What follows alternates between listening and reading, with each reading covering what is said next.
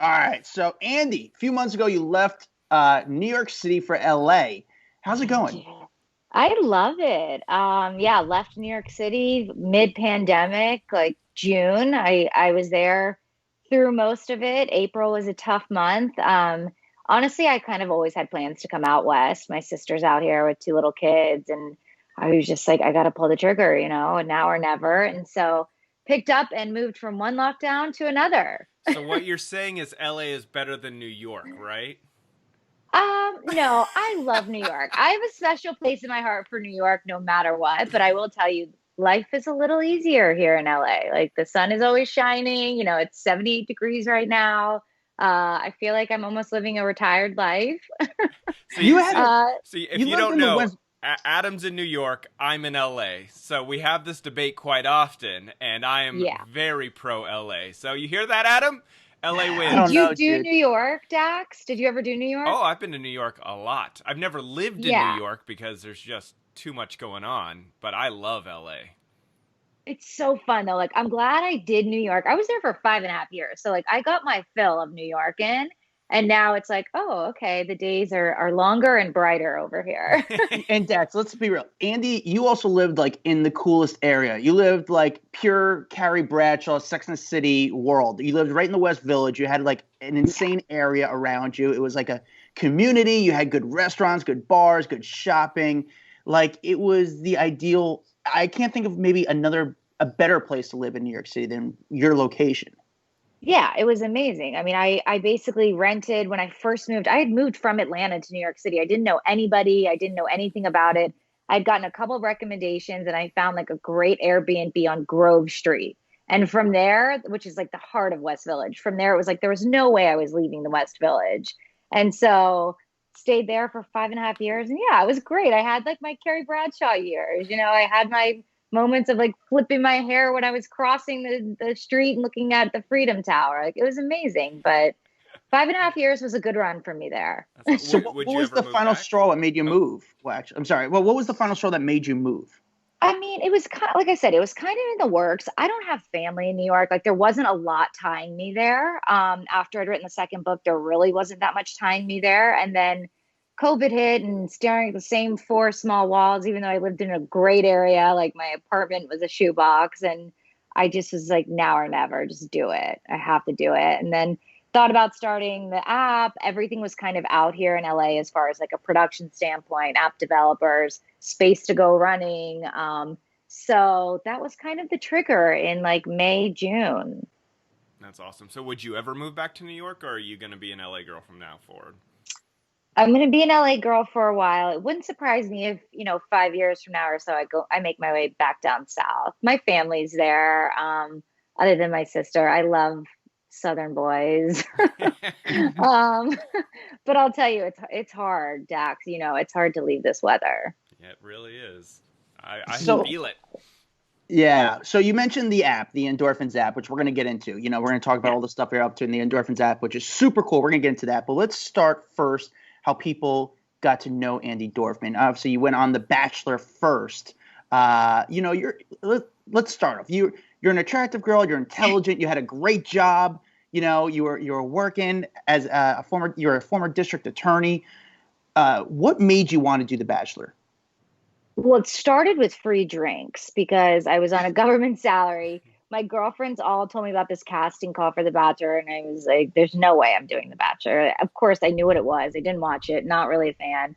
And then they told me there were free drinks at the party. So I went for the free drinks. The funny story about it is I didn't even get the free drinks because one of the producers had pulled me aside, had a conversation with them, and then they wanted to invite me to LA. Again, being on a government salary, I was like, wait a second, can I go visit my sister who lives in San Diego if I come to LA? And they said, sure, we'll set that up. Like, no worries. So then it turned in from free drinks to a free trip. And then next thing I knew, I was like, you know what? I'm just going to go to LA for the actual show. I'm sure I won't even get on. I didn't know how any of it worked. Another free vacation is how I saw it. And then I got there and I was like, wow, what did I get myself into here? And 9 weeks later, I showed back up at work and I was like, I'm back. It took. Did it take 9 weeks to film, or is it just Yeah, they the had you first kind of like sequestered for 9 weeks? Well, so when I was on The Bachelor with Juan Pablo, you start like a few days before. They like lock you in a hotel room literally for like 3 days. That's before you even have the first night. And then I had made it through the fantasy suites. And at that point, they had all these spoilers coming out. So they were kind of keeping everybody wherever they were. We were in St. Lucia, which sounds amazing. And it was, but like 3 weeks of like quarantine basically on an island gets to you, like total island fever. And so in total, it ended up being about 9 weeks for me before I got to go back home. Wow. And when you're doing like the fantasy suites, are you allowed? Do you have to stay in your room while the other people are doing their time, or are you allowed to like go hang out on the beach? No, so at that point you have a handler, they call it. So you've got one person that's like monitoring you. You still, by the way, have no access to the outside world. You still cannot have a phone. You're not talking to your parents. You can't like be on the internet, watch TV, nothing. So they kind of keep you occupied. I mean, you could go to the beach, I guess, or like, a pool, but then they've got to disperse everybody around to different hotels because you don't want to run into somebody else on their fantasy suite. Although now they probably do want you to do that. But back in the day when it was a little more kosher, they really made sure to separate everybody. So it was just you and that handler, and that was it. So what did you do to occupy your time then? Because that sounds really boring. Drink, Drink. drank, and drank and ordered room service. Like everyone wonders why people, can put on a few pounds in that show. It's like all you do is eat and drink. It doesn't sound like that bad. No, it's Yeah. pretty Adam's like, sign Yeah. me up. How is the food Yeah. on this show? Is it pretty good? Because who did we talk to the other day? I forget It who might have we been talked to. Maybe it Trista. was Trista or something. Said the food was actually pretty decent. Oh, amazing. When we lived in the mansion, you literally wrote out a grocery list every day, and this list would be just pages and pages long. And all of a sudden, a couple hours later, the pantry, the fridge was completely stocked. That's so Yeah, they great. spared no expense. Like ABC and Bachelor were really good to us in that way. I mean, anything you wanted, you got. Do they kind of like, do they display the booze like, here you go, we're not going to stop you? Because I know like They definitely MTV don't shows stop they do. you. Yeah, no, they definitely don't stop you. I mean, I think it's just like sitting on the counter. There's not like a wine cellar ready to go. I wish, but no, they don't stop you. That's awesome. What about, obviously from, you go out there, you have no access to the outside world, there's probably so many thoughts going in your head. Do you ever look back at the experience and be like, man, do I have like PTSD from it?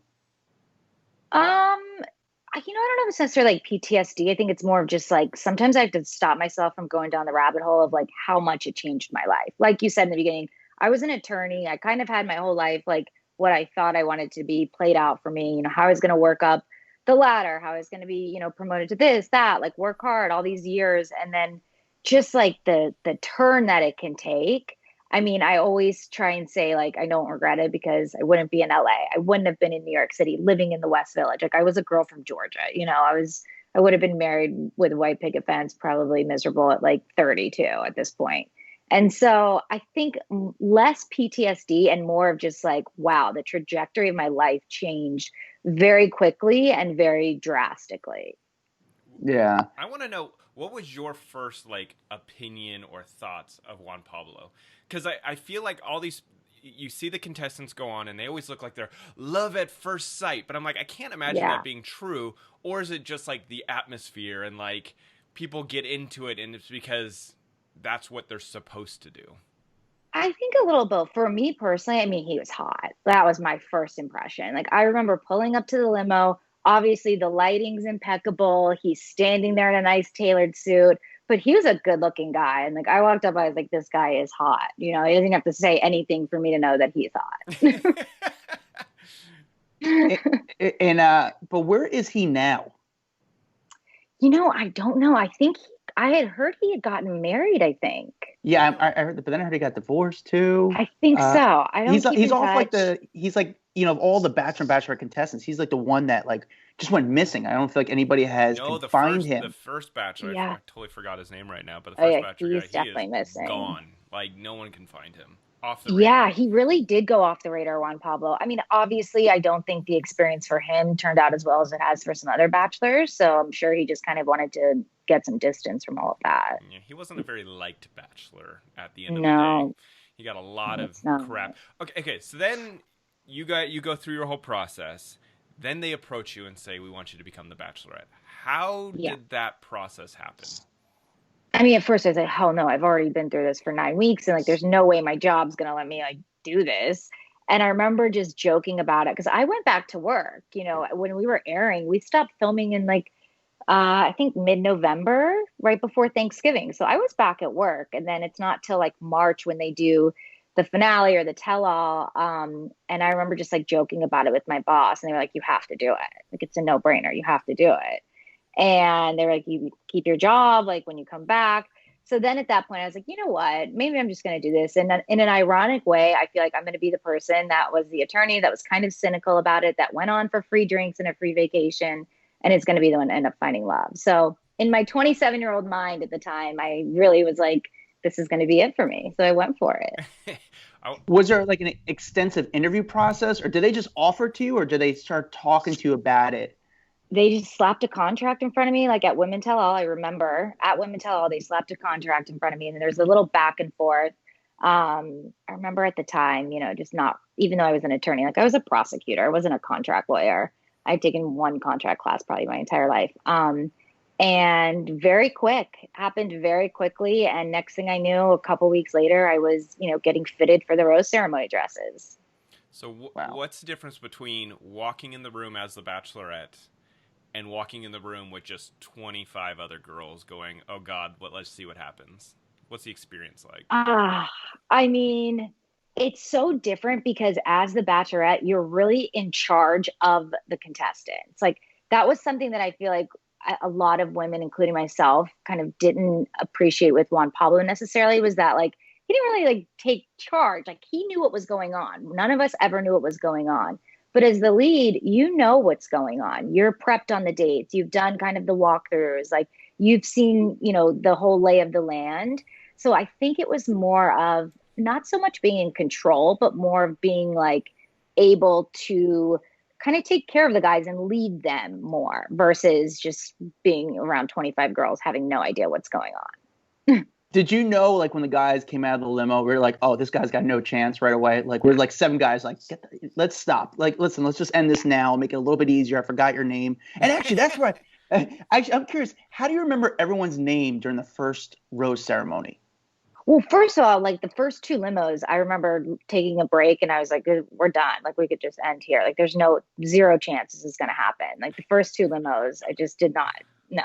But I mean, I always say it's like when you walk into a bar, if you walked into a bar with, 25 guys or girls, whether you're a guy or girl, you know which ones you're attracted to and which ones you aren't. As far as the name, I will say this, like, I remember talking to Juan Pablo the first night, but I remember a lot of girls, not getting their time.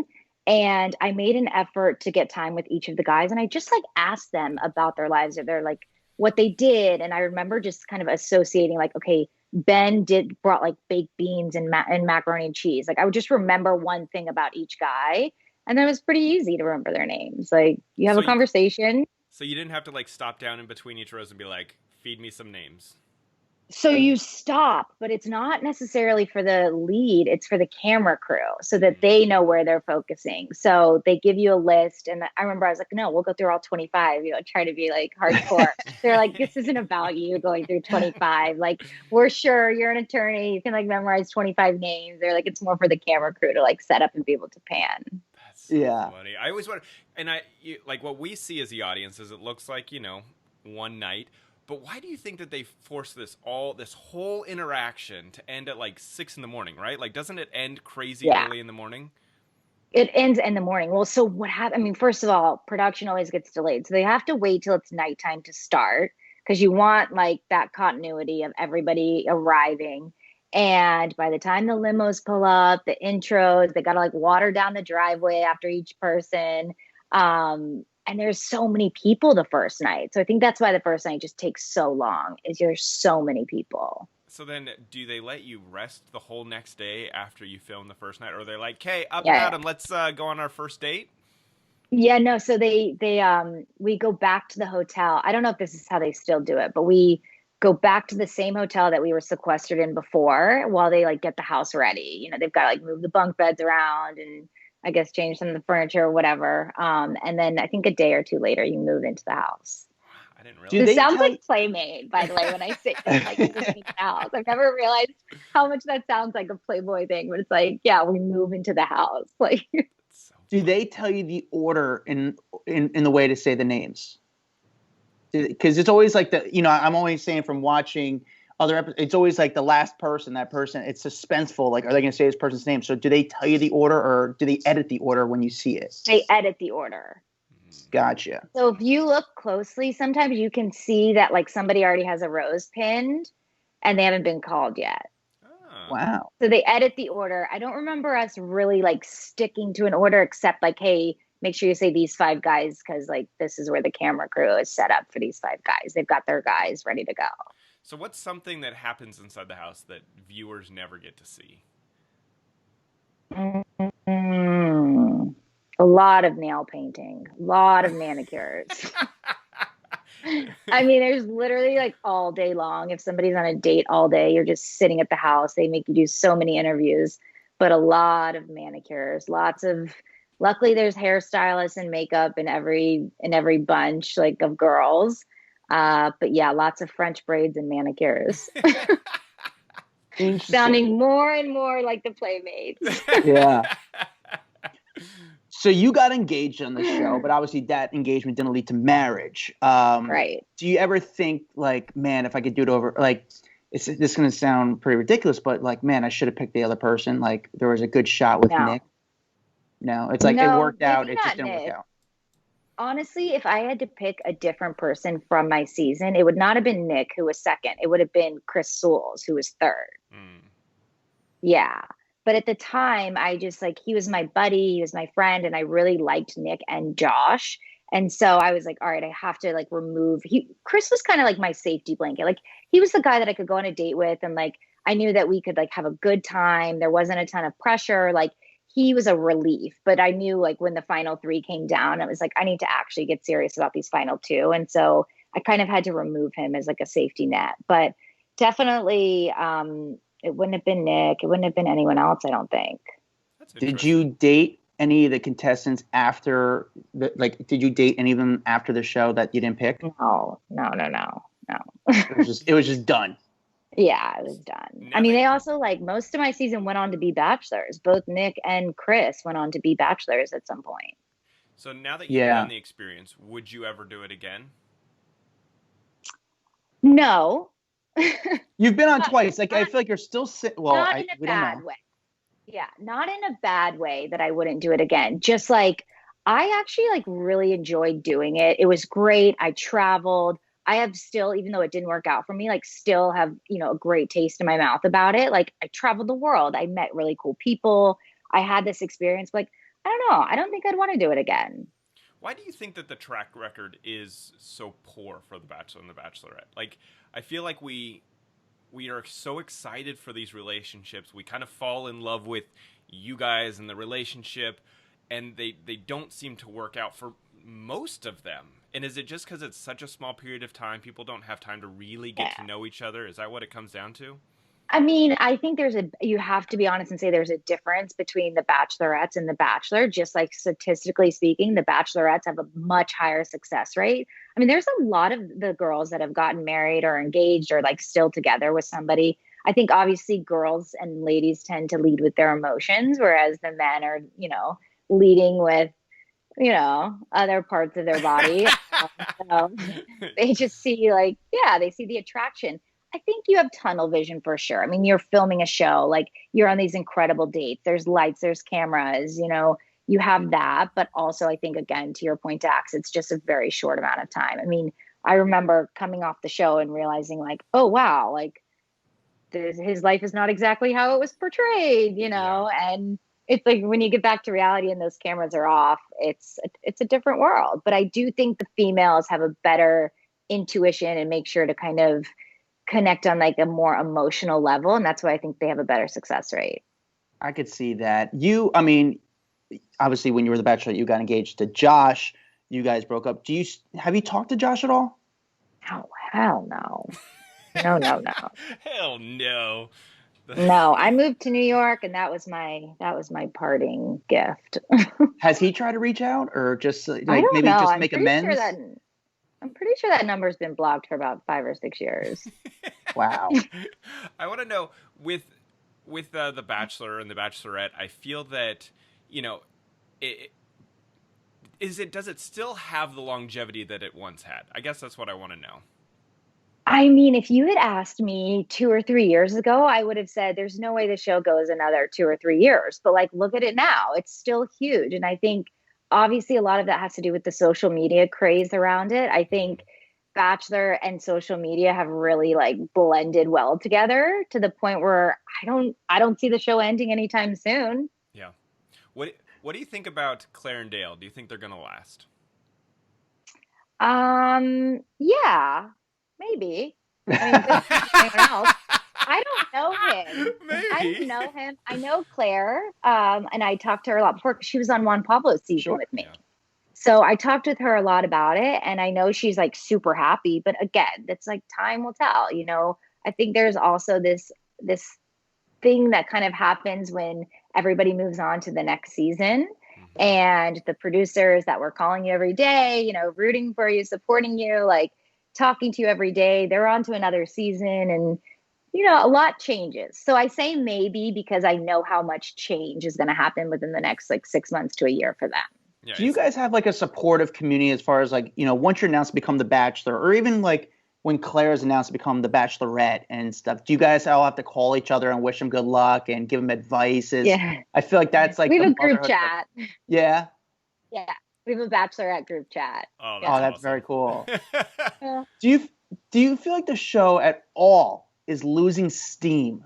Based on the short season with Claire, and then it's just kind of it's coming so quick. The seasons. Do you feel like at all it's losing its edge a little bit?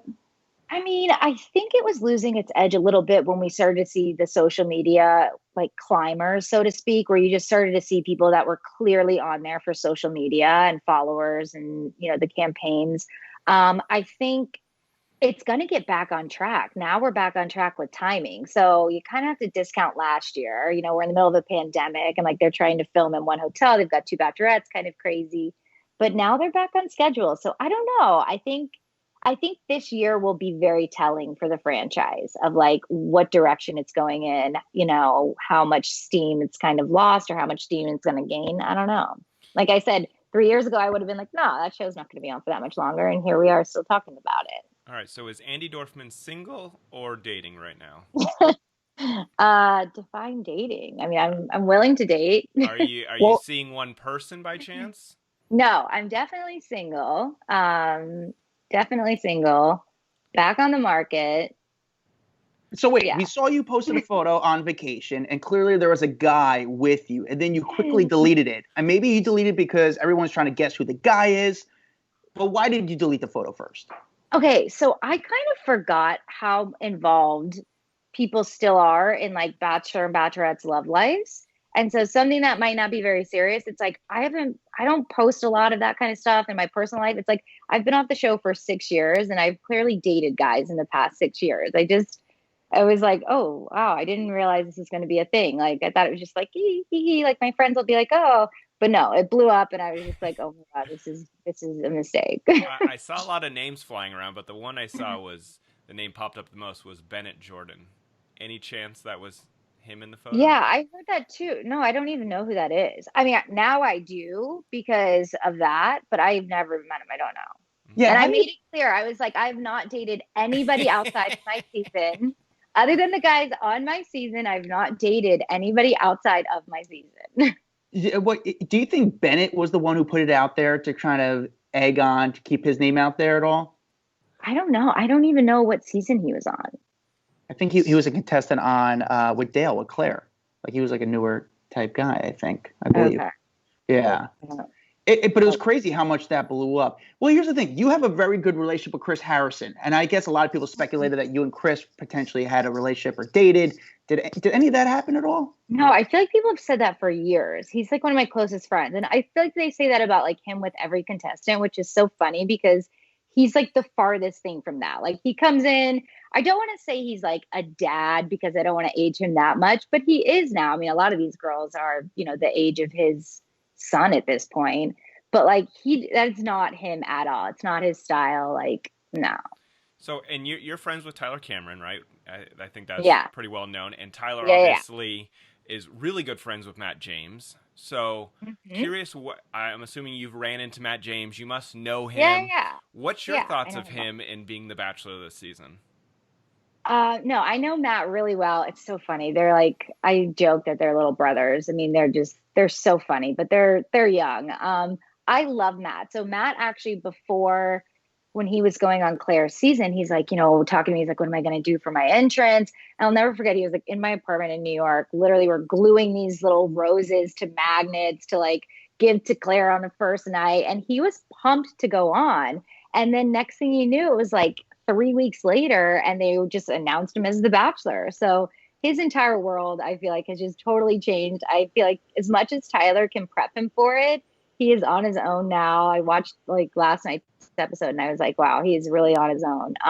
But I love Matt. He's a sweet guy. He's like a good dude. He's a guy that you talk to and like a little bit mild mannered, but like just a good dude. But here's the thing I question with, I'm sorry, here's the thing I question with that. I'm sure he's a good guy and stuff, but the reason why he kind of got a little, I guess, shit from Claire is because he created a cameo count before his season even went in. So I guess Claire is a little upset about that, and she posted saying, I think people were going on the show for the wrong intentions. Now, you said, like, people go on the show to kind of be a social climber in some sense. Do we think that's why Matt's doing it, is to become a social climber? Has he seen how big Tyler got? I don't think so. The thing happened with Claire, which was, and I talked to her about this, what was the reason she was so upset was because Claire wasn't allowed to be saying anything. She was under contract. She was going to be the Bachelorette. So it wasn't so much as like, oh, Matt's doing this or so. And there were a lot of guys doing stuff, by the way. It wasn't just Matt.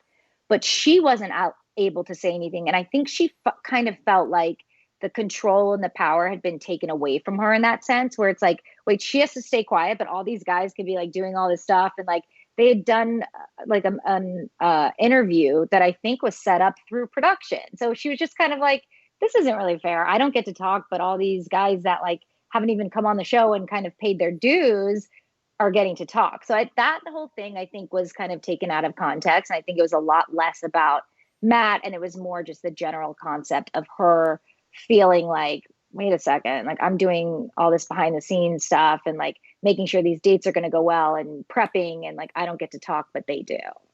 I was going to say, did Matt reach out to you and ask for your, any advice on becoming the Bachelor? Since you've gone Oh through yeah, we that talked main about role? it.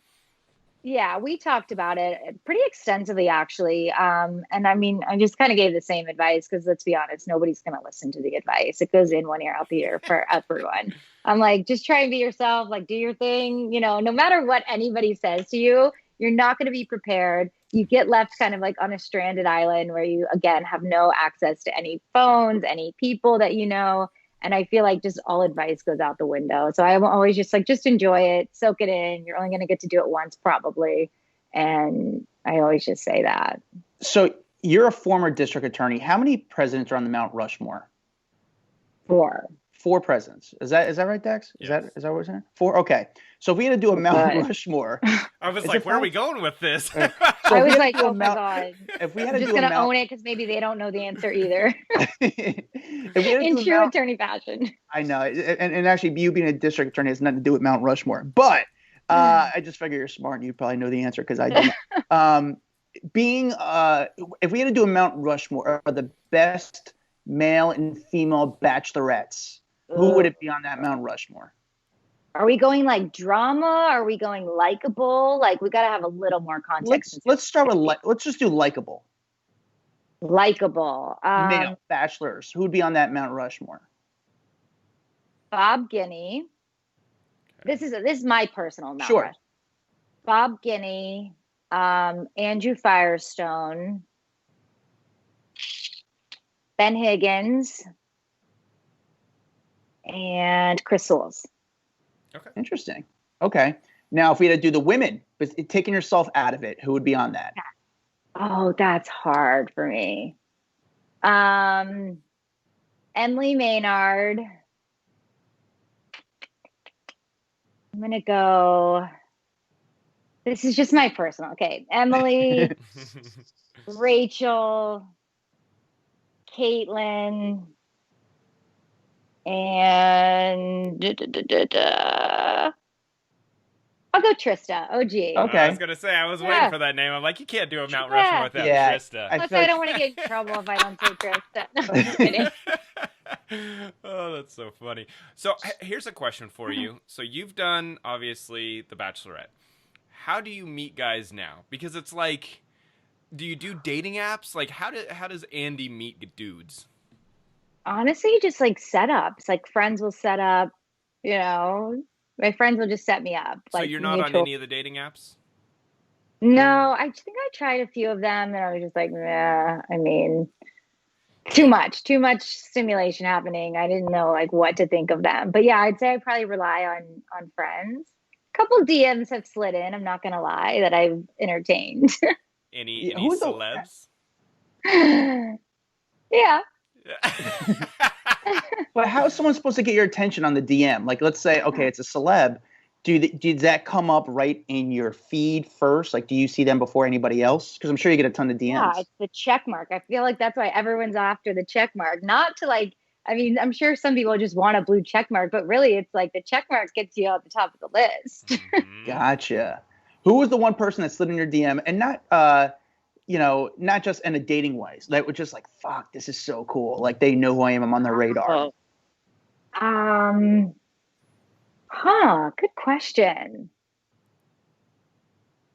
I don't know. I mean, because there's such Bachelor and Bachelorette fans that I'm sure like they want to ask you a question about the show or ask you about this person, and just because they're a fan of what you're doing, maybe personally. So is there one person that kind of slid in, you're like, dude, how fucking cool is this? And you text your sister and like, guess who just hit me up?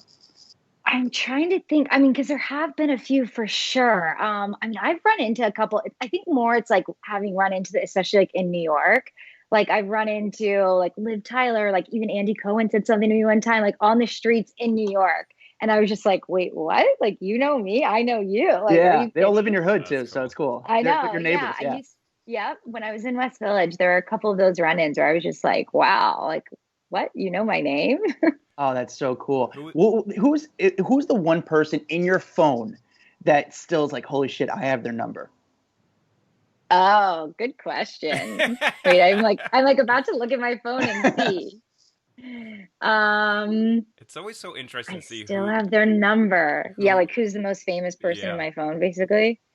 You know what the funny thing is, I still keep all of my old DA detectives in my phone number just in case. We can do that. I think those might be more important than the celebs. Yeah, they might find some shit about Dax, so let's keep those numbers away from us. Who do I have? It's funny because like I probably don't even talk to any of them. They probably don't even know that I have their number. Olivia Culpo is a good one. Oh, that's a good one. Oh, I have Katherine Schwarzenegger. Oh, she's a great one. She's cool. She's so great. Yeah. She probably has no idea who I am and probably just gave me her number to be nice. But Kim Zolciak's a good one. Oh, that's a great one. I have like, I have like a low-key friendship with Kim. I met her like once or twice because she's from Atlanta and we had like some mutual friends.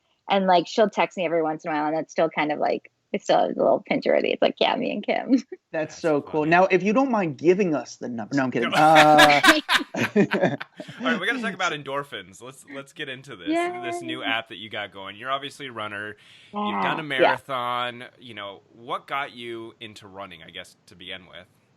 I mean, it's obviously a longer story, but I will be honest. Like, I was in a really like just dark mental place, lull in my life.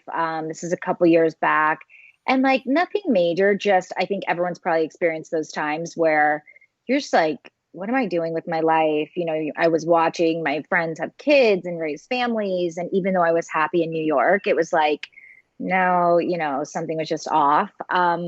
Didn't have a lot of motivation to do anything, had kind of come off the second book and was wondering like, what now? And New York Roadrunners emailed me and were like, do you want to run the marathon? I said, absolutely not. 26.2 miles. There's no way. Like that's just stupid. Those people are crazy. And then they followed up again. And I was like, you know what else am I doing really with my life? Like I didn't feel purposeful. I didn't feel motivated to do anything. And so I figured I would try it. I went, they set me up with a coach that they had there. And I went on the very first day, and like something about his belief in me. This is a complete stranger at the time who would later become, you know, a very good friend of mine to this day. but just something about somebody like actually believing in me in something other than a TV show. For some reason, it started like one Tuesday and I never stopped. I showed up every single week. We trained for like 6 months, and I just saw how, whether it was the running or whether it was just training for something, it just changed my life. It was like I was accountable for things. I was, instead of like maybe going out for drinks with my girlfriend on a Tuesday because I was bored, I was like, no, I'm going to like stay home and like recover because I have a workout in the morning. And there were just like things that I was achieving that I was not achieving in my regular life. So I ended up training for 6 months and obviously like ran the marathon. But I always say like the experience of the training and like having something that motivated me every day that was like in my control, that wasn't about the outside world, that wasn't about, how many likes I got or followers or things that like really didn't matter in my life. How training for something that did really turned my life around. Yeah. Well, when you take a running class, like you said, you had a trainer. I always I'm so curious because I could run, but when it comes to long distance, is there like a method to actually run in like a proper mechanics? Do you learn that type of stuff? Or do you just run? You just kind of train your body to do 3 miles today, 4 miles tomorrow, back to 2 miles or a recovery run? Or like what exactly do you kind of learn when you work with a trainer? I mean, I was fortunate to have like a trainer that really like mapped it out for me, who's actually helped me develop this Andorfins app and the training plans that are going to go on that, luckily.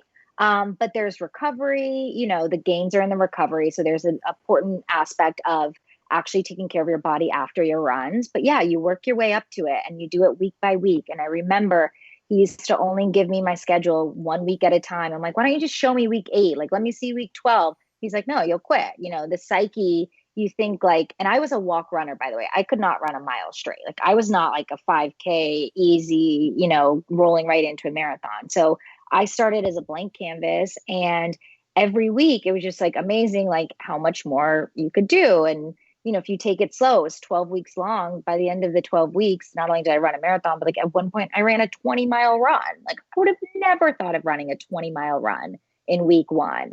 So there's a psyche to it, but I think there's also something kind of crazy and beautiful about like what your body actually can do. Like the body you wouldn't think is meant to run 26 miles. And even when I was running the marathon, I remember being at mile 20 being like, there's just no way my body, like I'm down to do this. Like I've got 6 more in me mentally and emotionally, but physically there's just no way.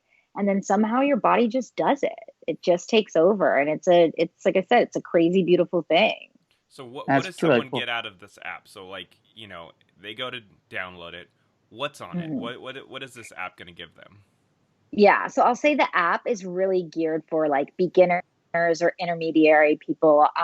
I think there is a market in which like you can go on and see runners of Instagram on social media, and these people are running, 7:30 miles under 8 minutes. Like I'm not an 8-minute miler. I'm a 9 to 10 to 11. So I will say for starters, it's definitely geared towards beginners, but I want somebody to pick up the app and say like, hey, I want to go for a run today. I want to switch it up, or my gym is closed, or I'm overdoing, the cycle. And if you, open up the app, it's like, what do I want to do today? This is going to teach you like how to run. So whether you want to just run for a challenge, let's say you are a level 1, you can go click on level 1 challenges. You can say, I've got 30 minutes to run today. What do I want to do? And it'll have like an audio guided challenge for you to run. So maybe it's 2 minutes on, 2 minutes off. Maybe it's a ladder where you kind of work your way up with running and walking. There's continuous runs. There's all different types of challenges. You could also say, hey, I want to train for a 5K. We're going to be doing our first virtual 5K in March. So the training program for that will start next week on the 18th. And so somebody can be like, yeah, I want to participate in the Andorfins virtual 5K. I'm going to start the 5K and 5-week training program. And then we'll eventually have over the summer a half marathon. So you can either do a challenge, you can do a training plan. There's also things that take you like before the run, whether it's stretching, nutrition. We filmed like core. There's 4 different workouts for the core, which are also like, not only helpful for running, but like for women, you want to have the abs. Like it's a nice little added bonus. And then there's like post-run nutrition, post-run recovery. We've got some cool stuff too. We call it Beyond the Run. So There's a self-defense thing that I took part in with somebody who teaches me self-defense, which like was crazy cool. Like I had no idea any of this stuff, and I just like walked away feeling so much more confident. And we're going to add some programming in with that. So things that kind of go beyond the run. But the idea being, hey, you want to go for a run? We're going to give you Andorfins app. It's going to give you every single tool you need to be able to just go for the run. That's awesome. Well, yeah, it sounds really cool. And I think it's really cool. You're starting like not just teaching people and educating people on running, but also creating a community around it and making sure people they find themselves accountable, which I think is really important, which you found yourself. And it's really cool. So you can check out the app at Andorfins, Andorfins. Make sure you follow Andy at Andi Dorfman, at Andi Dorfman. She's a really fun follow. And it's crazy. She actually is a runner. Like I remember seeing her in New York, and like every single day she was running, even when it was freezing out. I was like, wow, you're actually running? Like there was like no one else running. She actually was doing it. I was like, this girl is dedicated now. She's created it's my therapy. It's great. Like, and that's what I say too. A lot of people like, just to add on to this, they're like, oh, I can't run. It's like, yeah, you can. Just change your perspective on it. Like, don't think of it as like a grueling workout. Think of it as 45 minutes away from your spouse or your kids or like just you time. I mean, when I go for a run, it's most of the time, it's not even training for something. I just put my phone on Do Not Disturb. I listen to some good music and I'm just like breathing fresh air for 45 minutes, you know? You're in the zone. It's a vibe. I get it. I get it. But again, I give you a lot of respect because I know I saw you running during days that were absolutely freezing. Like, fuck, this girl's dead. This girl's doing it. It made me feel, I was like, what am I doing in my life? I'm sitting here just reading It's Not Okay for the third time. Yeah, and actually that's another thing. Make sure you check out our book, It's Not Okay. If you're looking for something to read, it's a really fun read. Andi Dorfman, thank you so much. It's a pleasure. It's really cool. I'm glad you're kicking ass. Thanks. Awesome. I'm trying, we're all trying.